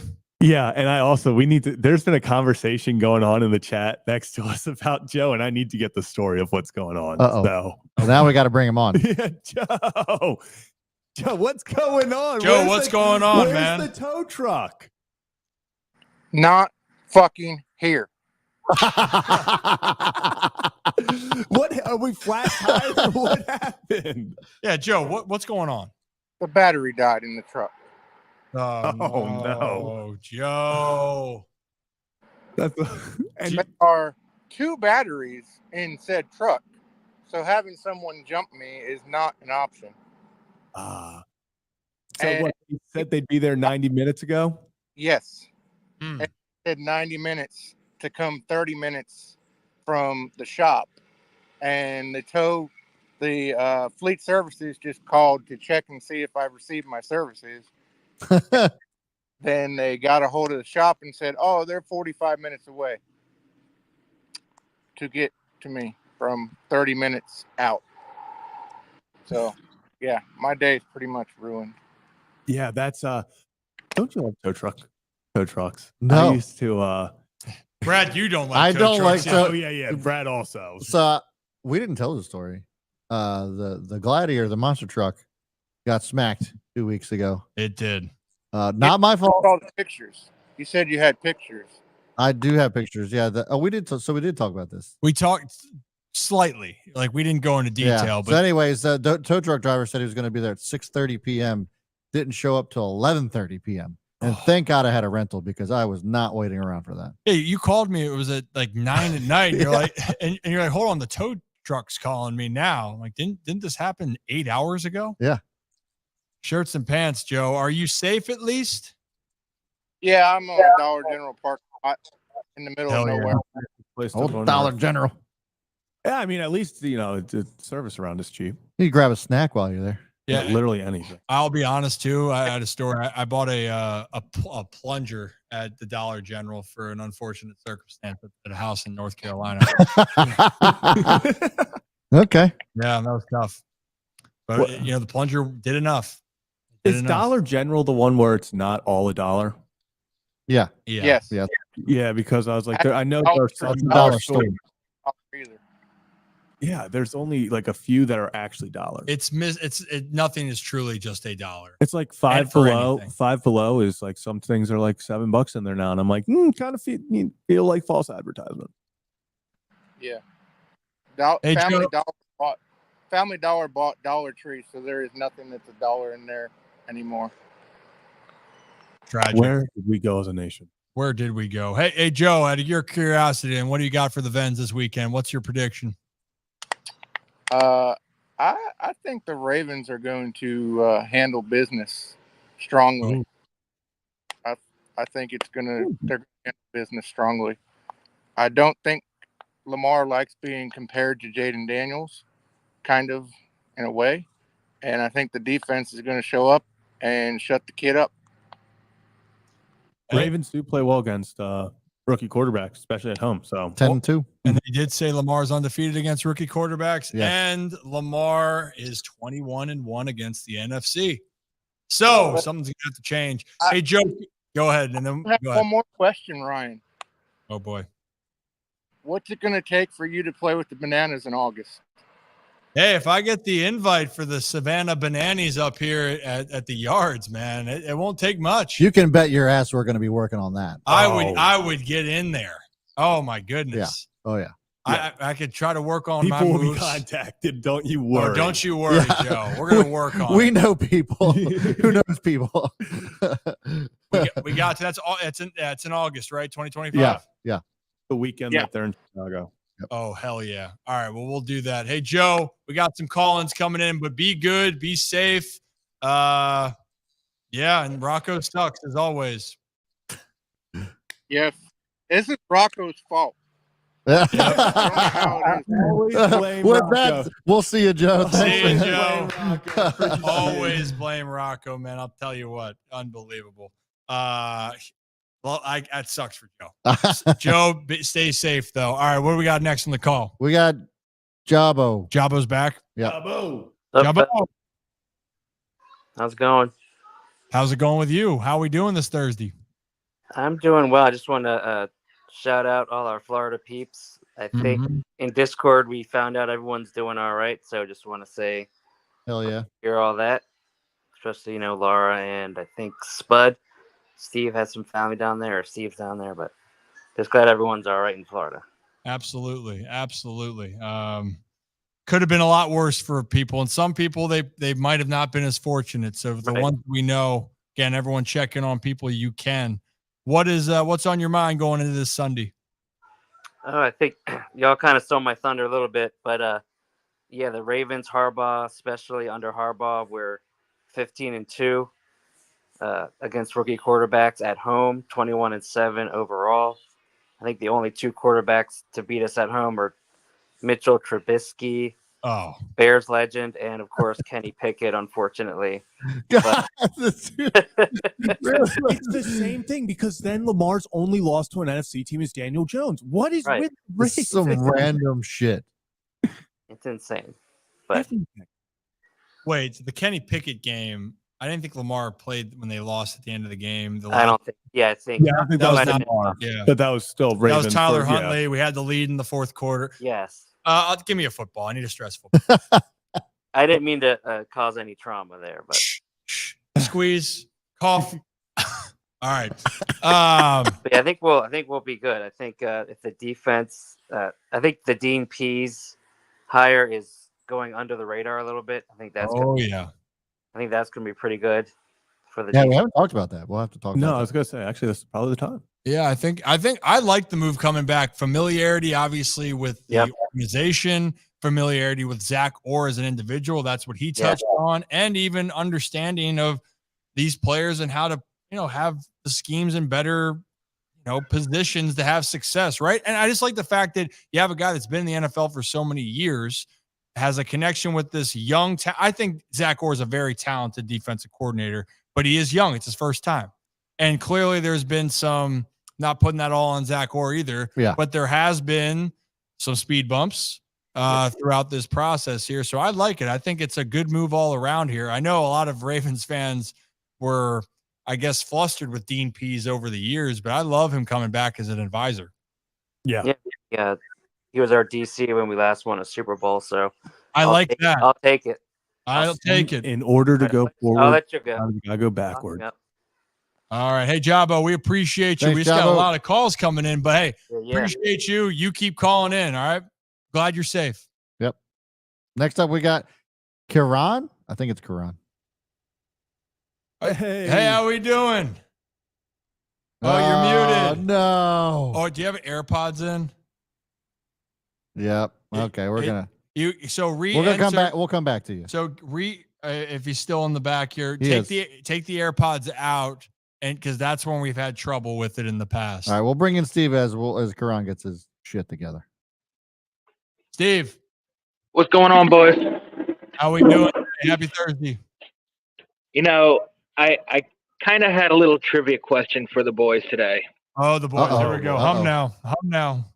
This is for all three of you. Okay. So, as you remember, Derrick Henry came 1 yard short of 200 yards rushing against Buffalo. Mm-hmm. 3 running backs have had a 200-yard rushing game as a Raven. Everybody should remember Jamal Lewis doing it twice in 2003. Who were the other two to do it?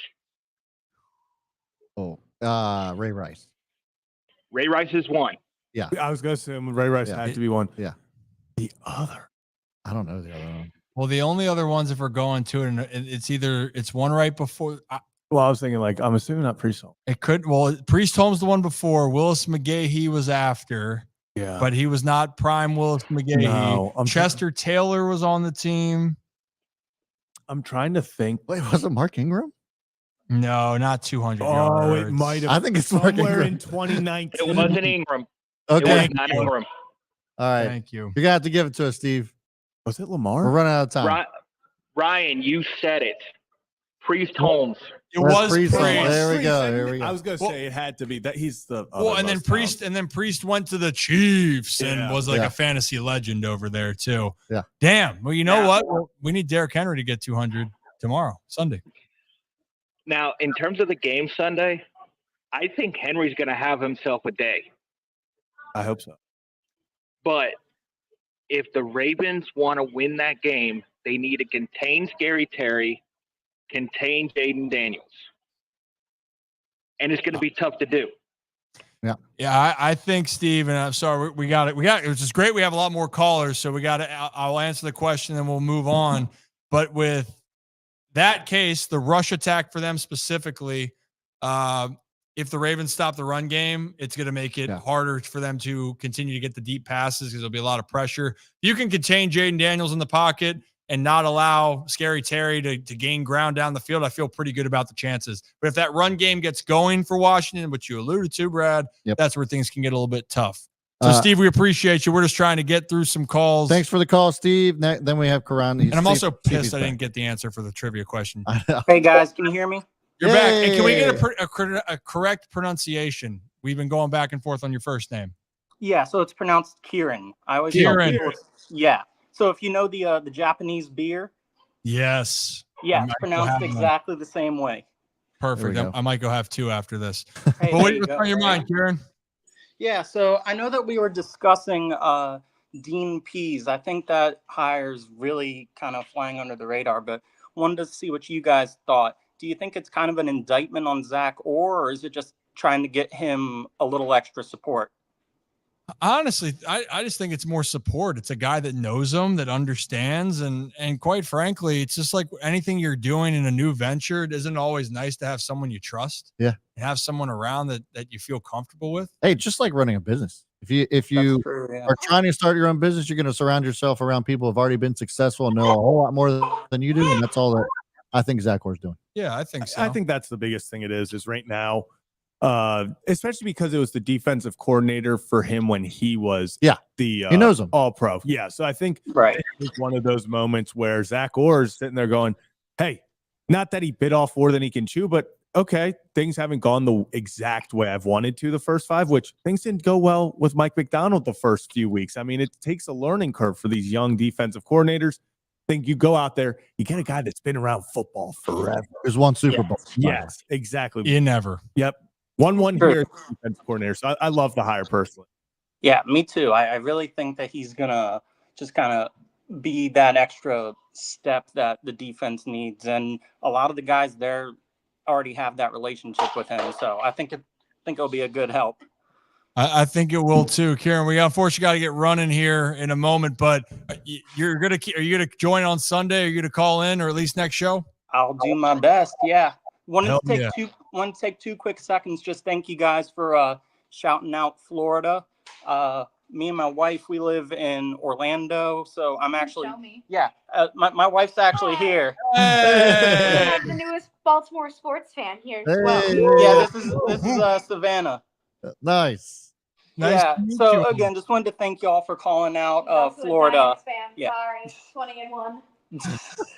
Don't know if y'all caught that. We just pretend like we didn't hear it. That'll work. Hey, appreciate you guys. Don't want to take up too much of your time. All right. All right, Karen, we appreciate you calling next time. Glad you're safe. And yeah, of course, we're always thinking about others and we care about the community. So we'll talk soon. All right. Thanks, Karen. Sounds good. Thanks guys. All right. Then we have Rick. And we have one more left. And I'll be honest though, if there's one thing that we needed to replace, it would be to like get more help for the special teams, specifically at the long snapper position. Well, let's bring on Rick. Lord knows they need it. Rick, you there? How you doing, guys? I'm doing great, Rick. How you doing? I can't complain. Okay. That's it? No. Come on. I just wanted to touch on a couple keys to stopping the Commanders. Number one, we got to keep Jayden in the pocket. Mm-hmm. And he likes to roll out to the right side. He's real heavy throwing to the right, and he's good with the deep balls. So the keys are to shut down the outside and then stop the deep ball and make him read the defense in the middle of the field, because he's not real good at reading the defense yet. So that's the keys, in my opinion. Yeah, you know what I like a lot around, and Brad, we were talking about this earlier with the expectations, because it is the hot topic, and we did say if Jayden the Commanders were to win, I think he deserves being in the discussion if they keep winning games for an MVP, not being a front runner, but because it's hard. There is still a learning curve that Jayden necessarily hasn't seen overall, and this is going to be his biggest game so far of his career against a team on defense that does not lack talent.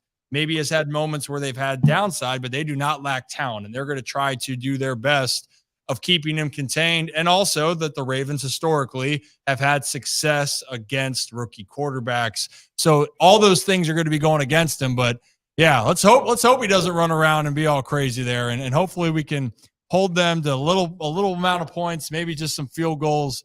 Hopefully our long snapper can snap the ball well and we can win some games. Right, Rick? Yes, sir. We cannot let him get deep. We cannot let him get behind us on defense. We got to kind of force things in the middle of the field, because that's his strength. He's really good at throwing them out, down and outs, and he's really good at throwing a deep ball. But as far as reading the middle of the field, I don't think he's figured that out quite yet. So that's my keys to winning this game. And I appreciate it, Rick. And the last thing I'll say with that is that their best threat on the offensive side outside their running backs, which they got two good ones in Eckler and Robinson and even McNichols, but Scary Terry is the real deal. So if you let him get behind, but other than that, there doesn't strike fear in that offense. It's going to be Scary Terry. So we'll see. But Rick, we appreciate you, man. You going to be tuning in Sunday or Monday? He will be. He's not here anymore. Oh, okay, Rick. The producer had to produce. Yeah, sorry, Rick. We were on a time crunch. Thanks for calling in, though, Rick. It was a great call. I miss Rick. I miss Rick's face this time, though, Rick. Yeah. So if you're hearing me, man, wow, Rick. Rick, I mean, we miss you, but we do appreciate you calling in. Honestly, we're kind of expecting Rick to call in each time. But I think it's great points. Yeah. Contain Jayden Daniels, and also this could be a game where we could see him still be like a rookie. And if it's one thing to be able to throw a deep ball, it's another thing to also be able to read a defense that could be able to mix things up quite a bit. So I'm excited about it. And hopefully, like I said, the Ravens can get a victory. Things can be well. If you guys are new to the channel, hit that like and subscribe button. I do think I was going to hire a long snapper specialist, because I think we need some help in that department. And speaking of long snappers, why don't we bring on future Pro Bowler in 2024 of the Baltimore Ravens, Mr. Nick Moore. Hey. A lot of shots taken there, man. What's going on? What shot? What shots? I must have missed something. Oh, I thought I heard a couple subtle shots there, but maybe not. Maybe I'm getting old and I'm losing my hearing. Well, that's definitely true. We're just trying to think, Dean P's coming back and being part of the organization. Maybe it's someone else to come. It's like if Morgan Cox came back to give you some pointers, right? He's always giving me pointers, man. Every day. That is true. Maybe it's just a way that we can have that musket prepared properly. Hey, you got to get that musket. It takes a little bit of time to get that thing prepped, ready to go. Oh, you just wait. You just wait on the prep. By the way, if you like the last video Rocco made, you just wait. Well, I'm ready. Yeah. Hey, how we feeling though? Body good? Good week of practice? What's going on? Yeah, feel good. Harbs blessed us yesterday with no pads, so that's always good for the body. Makes it gives a little bit of a morale boost, and makes you feel good on a Wednesday. And everything's going well. Had a good day yesterday, had a really good day today. So looking to touch everything up tomorrow and get ready to roll on Sunday. Yeah, well, it looks like I hope you guys did enjoy Sunday. Hey, finally, Nick, you beat the Bengals, man. Like you actually. Hey, that's number 2. Okay, that's number 2. I'm sorry. Hey, and both of them are on game-winning field goals.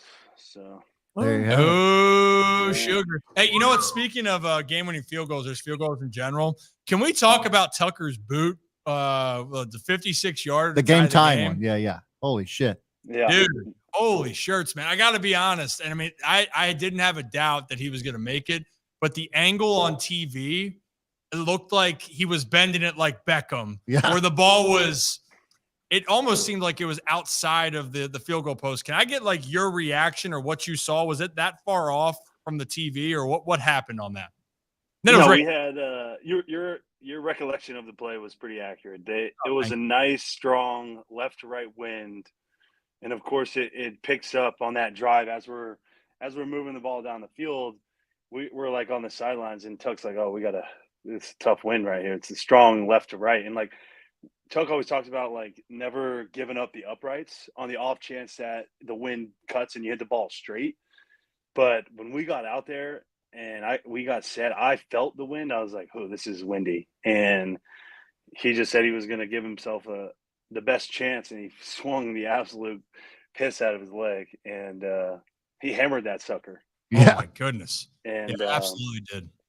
But I think even more than that, we put that into existence, into the universe, as we call it. In the first quarter, we were sitting on the bench, and it was early in the game. It was like probably midway through the first quarter. And I don't know why. I just looked at, I'm like, I sit in the middle. So I sit here, Tuck's on my left, and Jordan's on my right on the bench when the defense is on the field.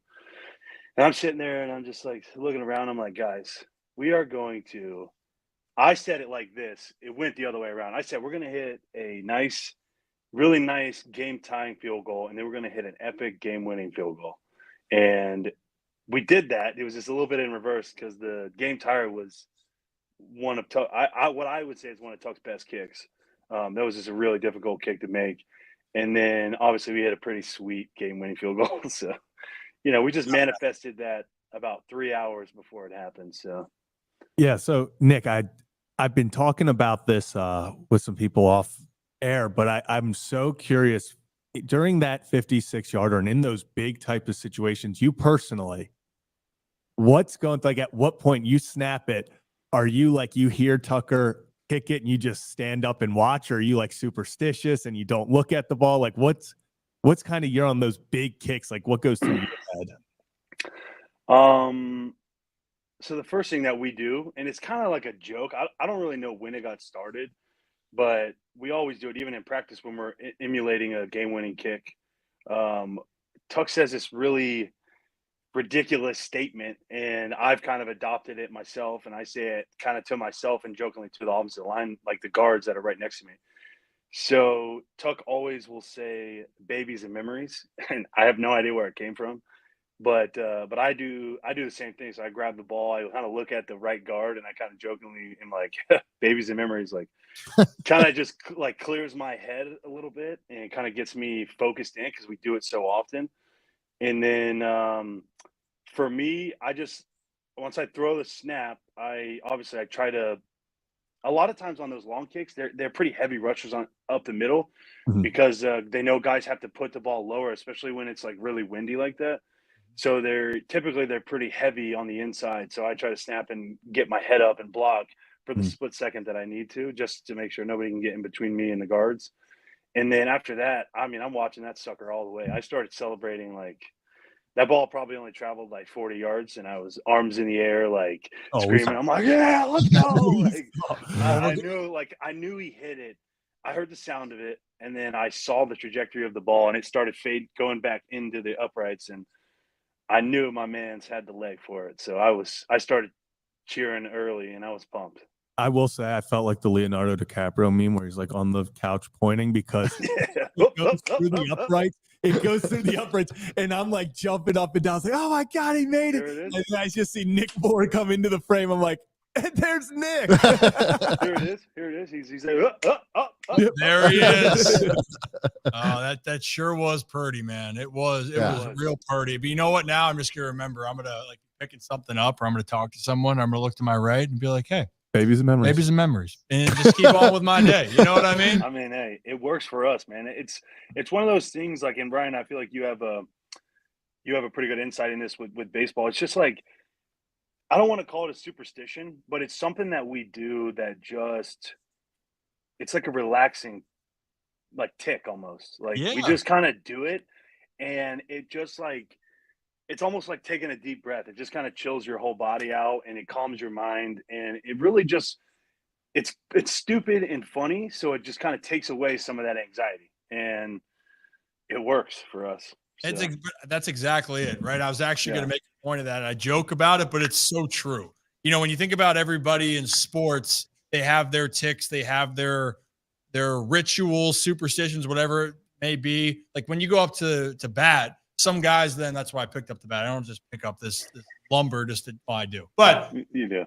Yeah, I do. But so anyway, some guys will just like stare at their bat. Maybe some guy, I had one teammate that would draw a line when he would go to hit. Another one would just actually even close his eyes and then go, or then other guys would just say something that they have to talk every time that they went in. Mine was stretching the hammy. I had to get down and stretch the hammy, acting like I'm fast when I'm not. You still do that. I still stretch the hammy, right? But it's little things that lock you in. It's the things that you don't think about. And in the biggest moments, you got to be relaxed. And I love that that's saying. And eventually, at some point, we're gonna get like a picture of your face with a beard, and maybe it has tucks and stouts, but it's just like the outline, and maybe it just says babies and memories. Yeah, we definitely should. I think I did a podcast with Yoni a couple years ago, and I think the title of it is For Memories and Babies or something like that, as a joke. I said the same. I've only told him and now you guys and everyone that's listening. So yep. Now the whole world knows. I mean, do you want me to like share some other personal things about me? Would that make you feel better? It's not personal. It's just something stupid that we do that. Funniest is when it's happened like 2 or 3 times where Nick will go, yeah, but that's just between us and the chat. Now we're getting up there. Now you guys are famous, so now everybody knows. I feel like we'll be on Good Morning Football tomorrow. I'll have to answer some questions about it. Are you on Good Morning Football? No. Yeah. We're getting there, well, though. I was gonna say you've been on the Today Show. Let's not act like this is true. I'd be thinking, I guess twice actually. Twice on the Today Show. Damn, yeah, all right. Big time. 345, my ass. You piped that ball. Hey, listen. That ball was crushed. And even Tuck said, he goes, "Oh, you had the piss out of that one." You heard him say it on there. Yeah. I know, but I got to see a measurement, man. I think 345. Come on. I did play at BCC recently, though, Nick. I could have done better. I had some moments, had some good moments, and some moments. What course did you play? I played East. Yeah, that's the one. That's the one we were on. Yeah, good time. Number 8 East. Yeah. Oh, yeah. That actually makes sense. That now it does. Maybe you did go pin high there. No, it's 345 yards to the flag, and I was pin high. That's just the way it is. If I don't see the ball mark, it don't matter. But hey, Nick, this is speaking of like with kicks, babies, and memories and moments. On the flip side, because I asked you about this after the game, you know, Brad, and it was about that on the other side in overtime. The Bengals had their chance to win it, and McPherson did not have the same result. Brad, that's kind of where you want to go with this. I was just going to ask, you know, we obviously saw there's all kinds of people speculating on what went wrong with that play. One of them was like something had to do with the fact that their punter was wearing had their wedding ring on. Mm-hmm. There was another a bunch of other stupid stuff. But anyways, obviously it didn't go their way. One of the big reasons was because of the way that the ball was caught before it was kicked. So, just kind of wanted to see if you had any insight on that and what you could see, if there's anything you could see that actually went wrong. And it's just crazy to me how, here it is. So, is it because he's got both hands on the ball? What's going on there? So it all starts with a snap. I've said it a million times. It's cold. It's windy. It's not cold, but it's like it was brisk. So even my hands were like clammy, and you don't get a really good grip on the ball. So to me, it looked like after watching the tape, snap was like high and in back shoulder, which is not a bad snap, just not ideal. And then he just kind of mishandled it. Maybe he was trying to put the ball down on the spot too quickly. where the ball kind of slips through his hands. He just, like right here, it just doesn't look to me like he has a great grasp on it as he's moving down. I know it looks like he's got, his left hand's on the backside of it, but you got to think the ball, if it's slipping out of his hands and his hands are moving down, it's going to look like it's together until it hits the ground. And to me, like, it never looked like he ever got a clean catch on it because it was like back here, and then he started moving down really quickly. And then as soon as he had to like go to stop it to put it down, that's when the ball kept going, slammed on the ground. And, it's a tough spot to be in. To your point though, Nick, if you're it stops before that, but you can even see he's reaching back to try to grab it, right? Yeah. And then ball was behind him. Ball was behind. So that's the point of it, of the kicker gets all the glory and the blame, essentially. But the point is, you're talking about it's the process here, and clearly snap could have been better. Then the holder makes a play to catch it, but then they can't have the transfer be successful. And even though he got the ball down, that rhythm for McPherson has to be off, right? Like him watching it as he's running forward, being like, well, I hope this ball's going to be there. Psychologically, that messes with a kicker. Yeah. So I'll get back to him in just a second, but like I've said, an infinite number of times, we work as a unit and everything starts with me. And my job is to give the holder the easiest ball to catch so that he can get the ball down seamlessly with laces out. And that doesn't happen for us. In that situation, obviously, snap was behind him, wasn't a great catch. But for Evan, he's coming into the ball and he sees the ball on the ground, flat on the ground. He sees the guy, trying to pick it back up, put it back down. His rhythm is off. So what he has to do is he has to try to create more leg speed to overcorrect him not having enough, like his regular flow of momentum into his leg swing. So what that tends to do, and we've even seen with, not that Tuck's rhythm has been off, but just when you swing your leg too fast to try to generate too much power, that's when you can pull the ball to the left. And I mean, dude, he still hit it. Oh, he hit it plenty of distance.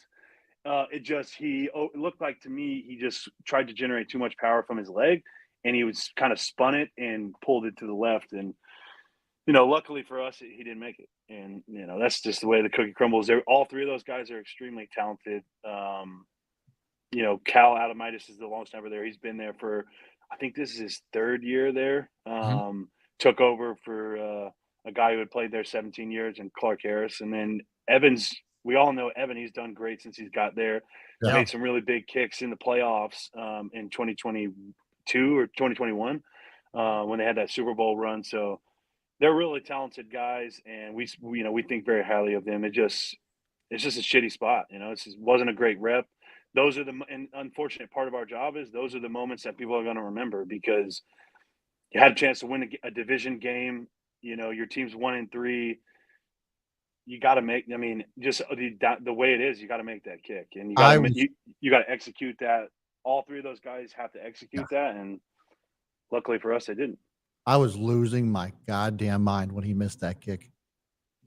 Jumping up around, I was like, oh, I was losing my mind. I just felt like the wave of emotions. And by the way, Nick, too, like people even said, and just another quantum wave function, say that 5 times fast, just saying the insight. It's truly valuable because look, like the job that you guys have, it's the high, most of these moments, it's the high pressure situation, a moment that people are going to look at as the reason. And we could go through a lot of the different parts of the games where the offense, defense, special teams, everyone in general, there's plays that people could have had, but it comes down to the moments that could win a game. That's when people just stare at it, right? And McPherson obviously is, and that unit's made a ton of big kicks. But I will say, when Lamar fumbled in overtime, and I was like, I thought like you guys are gonna win, and then he fumbled, and I just kind of just bent over like this, and I'm like, this can't be it.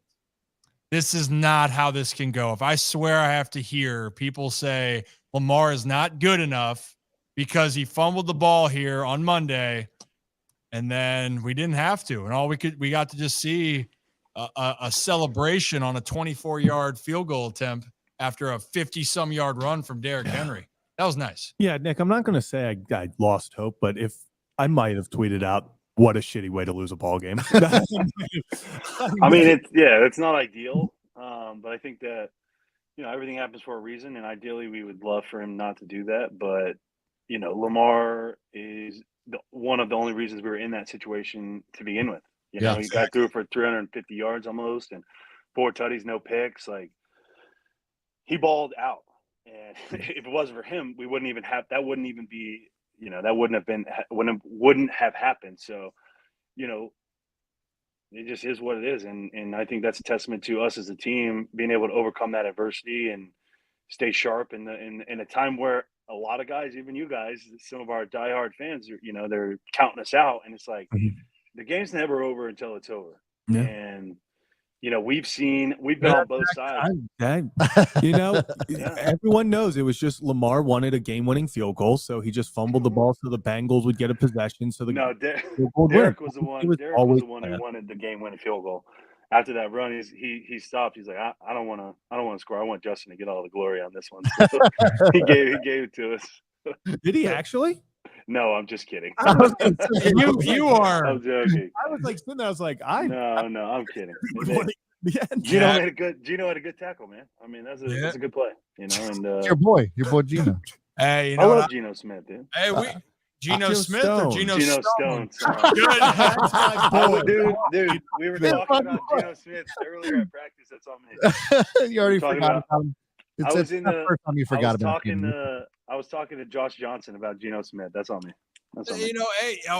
He's one of my best friends. I love him to death. Geno Smith and I go way back. You know what I mean? I knew I messed up. We do go way back, dude. We've been together. We were together 4 years. So I know. You go so far back that you forgot he got traded or let go.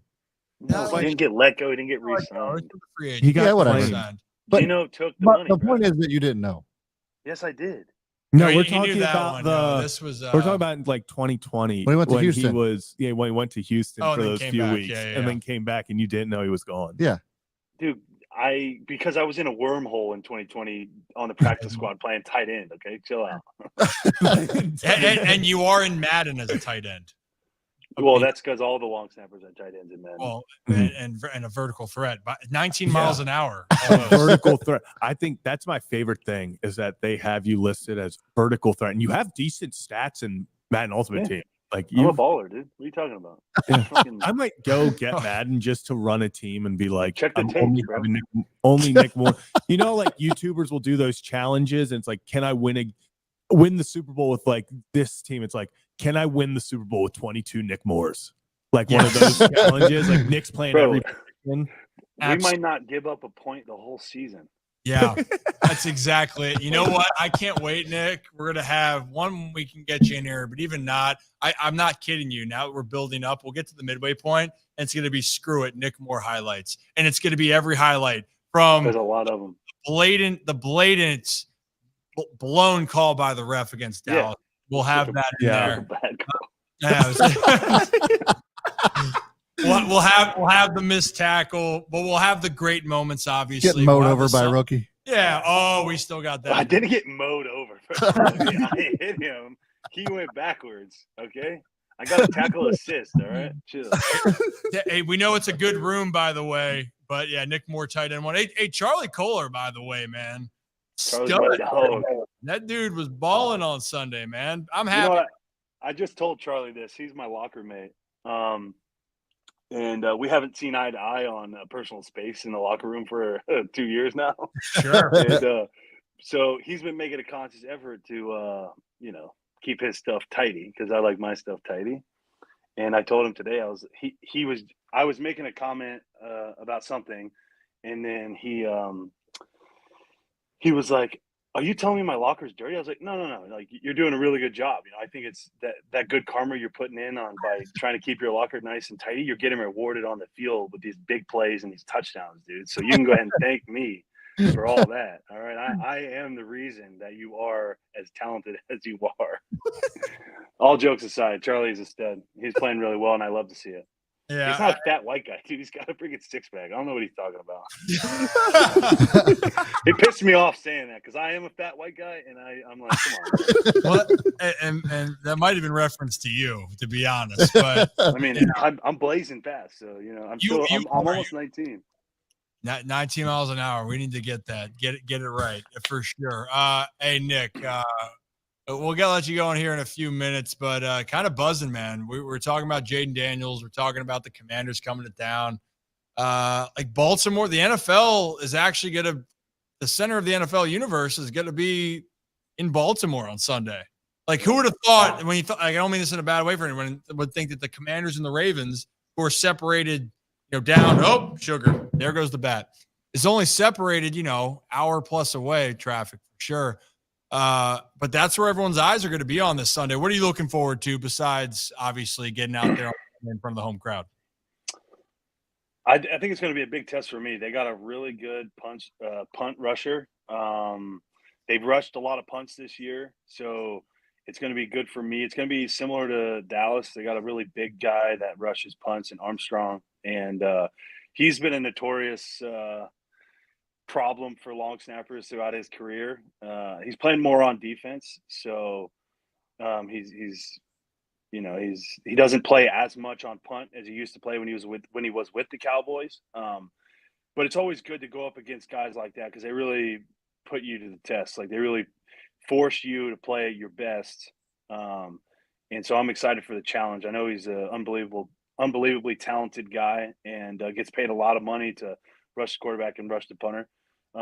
So I'm excited for the challenge. I think it'll be fun to see Tyler Ott again. Haven't seen him since he got out of Baltimore. He's doing really well down there in Washington. Got himself a really good gig, and I like their unit's really good. I knew Austin Seibert from the Senior Bowl. He played at Oklahoma when the Dogs happened to just beat him in double overtime in the Rose Bowl. No big deal. And then Tressway is one of the nicest guys in the league. He's a left-footed punter, so I always love seeing those guys. Haven't played them yet in my career other than preseason. So this will be my first regular season game against him. So I'm excited for that. And I think it's going to be an electric match. I mean, you got two of the premier quarterbacks in the league, two Heisman Trophy guys. I think it's going to be a very electric offensive performance. It's going to be a big test for our defense. I think those guys are going to be able to really cement who they are as a defense. If they can, kind of what you guys were alluding to earlier, kind of stopping Scary Terry. If they can stop the rush. I know Eckler and Robinson, they're both really good running backs. And then if they can, if we can get some pressure on Jayden Daniels, I think, I think it's going to really speak to the volumes of our defense and the leadership that we got in Roquan and the experience we have in the secondary. With Marlon, Marcus Williams, Kyle Hamilton, Nate's getting more playing time, Eddie, and all those guys in the back end. So I think it's going to be fun to watch, and I think it's going to be a really electric game. And the Battle of Maryland is, it's on. Back. So yeah, it's on. So let's get it. On. I'm gonna while you got to work, but I'm gonna maybe we'll get Zach down there to see you walk in this time for boots on the ground. Yeah, what time walking? So I'll be there probably. Game's at 1. I'll probably be there 10:30, 10:40. I have to be in the locker room by 10:45. Well, obviously, be on time, Nick. We saw like Derrick Henry walking in wearing his outfits. We need a Nick Moore fit check. Yeah, What do you want me to wear, dude? I don't know. All denim. Well, all denim. Nice. All denim. Like to the point where people are like, "That's a lot of denim." Should I wear? He's in a Canadian tuxedo. Like I want people to be like, "That's an uncomfortable amount of denim." You ever seen Nick? Oh, you guys should go look. And you might have just and happy belated to Ashley, by the way, for her birthday. Thank you. But the all black cowboy hat you wore at Preakness, that look was something too. Oh yeah. You guys want me to bust out the hat, bro? You might have to, man. You might have to. But I'm saving. I haven't worn it to a football game yet. Save it. No, you think it's ready? Waiting. No, when you think it's ready. Yeah. Maybe. So I wanted to wear it. I wanted to do the all black for KC, but then the logistics of carrying the cowboy hat all the way to Kansas City on the plane and all that stuff. I was like, it's not going to work. I want to do back in black like AC/DC. So, I'll talk to my wife. She actually does my game day coordination fits like like Kirk Cousins, just the Achilles bros with their wives that dress up for game day. Yeah, I think she doesn't go to Target though. I mean, that's we're gonna need. Ashley kind of goes. Yeah, she gets a lot of stuff at Target. No. I meant like Kirk Cousins is going to be up there in front of the press in his Target gear and his what was that? Like a flannel or something like that? Like a. Oh yeah. Yeah. All right. Don't sleep on the Target, bro. I got the Target we're right in here. on Target right here. Hey, what's the brand? George? I think it's called George. No, Goodfellow. George is Walmart. Yeah, Goodfellow. Yeah, all right, Goodfellow. Nick, this is what you're gonna do. We'll let you go, and we got to wrap up here. But you are gonna send me a fit check on Sunday before you go. Give me a selfie. Give me a hot pic, and then we'll let that be. All right. All right. And then I'll get you some assless chaps for a game as well down the road. All right. Hell yeah. Let's do it. All right, Nick. Be good. All right, Appreciate boys. you, man. Thanks, Nick. See you guys. Take care. See you, man. Oh, I love that guy. What a guy. Good kid. All right, boys, ladies and gents, we're going to wrap it up here for the show. But here's the thing. We're going to be back on Sunday. You have a chance to win the giveaway for the tailgate experience for Hollywood Casino up in West Virginia. So stay tuned for that. Zach's going to be boots on the ground. And we're getting ready for what is going to be a fantastic football Sunday in Baltimore. So wake up with us. We'll probably be live at 9:30. Is that the time? Yes. 9:30, wake up with us. Come win some prizes. Come have some drinks. Come talk some ball. And let's see who crushed it this week. Brad, can we cue the music? Hum now.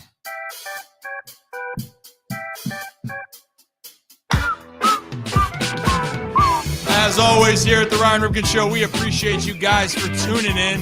Have a great day. Have a great night. Enjoy the Ravens and Commanders. We'll see you on Sunday. Be good. Be safe. Talk to you soon.